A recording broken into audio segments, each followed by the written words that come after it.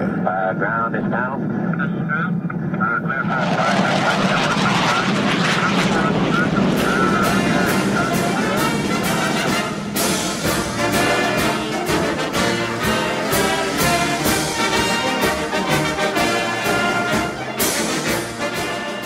This is Kevin Hendrix with the Strategic Air and Space Museum. I'm the Director of Development here.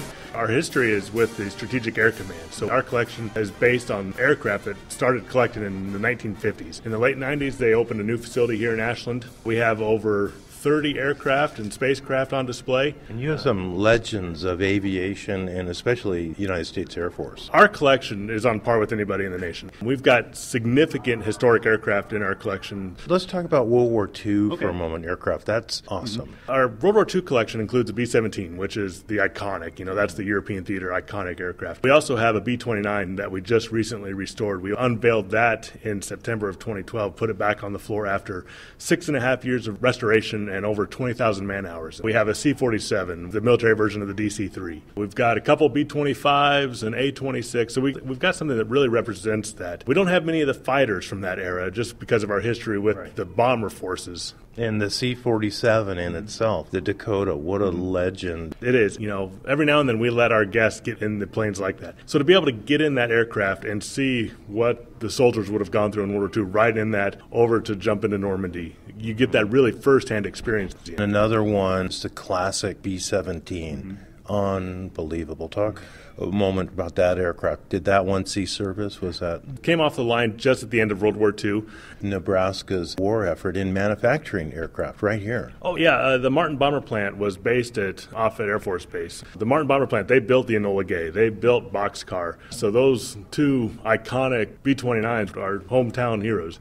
The B-36, the largest bomber ever built at that time. There are 4 of those on display in the world, and you're going to see one of them right here. It's a monster of an aircraft. When guests come in here, I always kind of tell them to go over and look on the mezzanine, and so you get a whole overview of one of the aircraft hangars.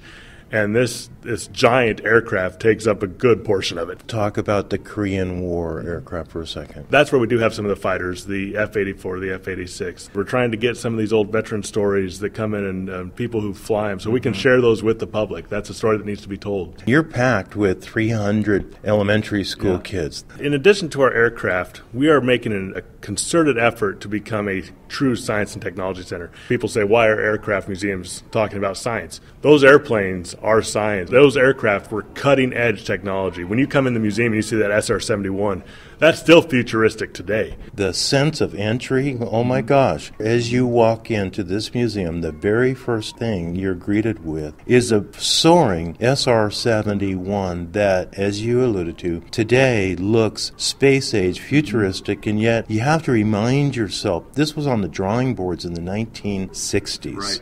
Unbelievable. What I always, and you can see them from the same point, is I take guests in and I show them the B-17, which is one of our earliest aircraft. That was designed in 1930s. Then you can point to that SR-71 in the same field of vision and say, that's only 30 years development right there. We are so focused on getting kids excited about science and technology and making them engaged in that process. So we've got a couple things here. We've got the Science Zone, which is a hands-on little area. It takes 10-15 minutes. Every month we have different little experiments they can do, and then take home and do. We're easy to get to. Interstate 80 runs the course of the United States. We're 2 minutes off the exit there.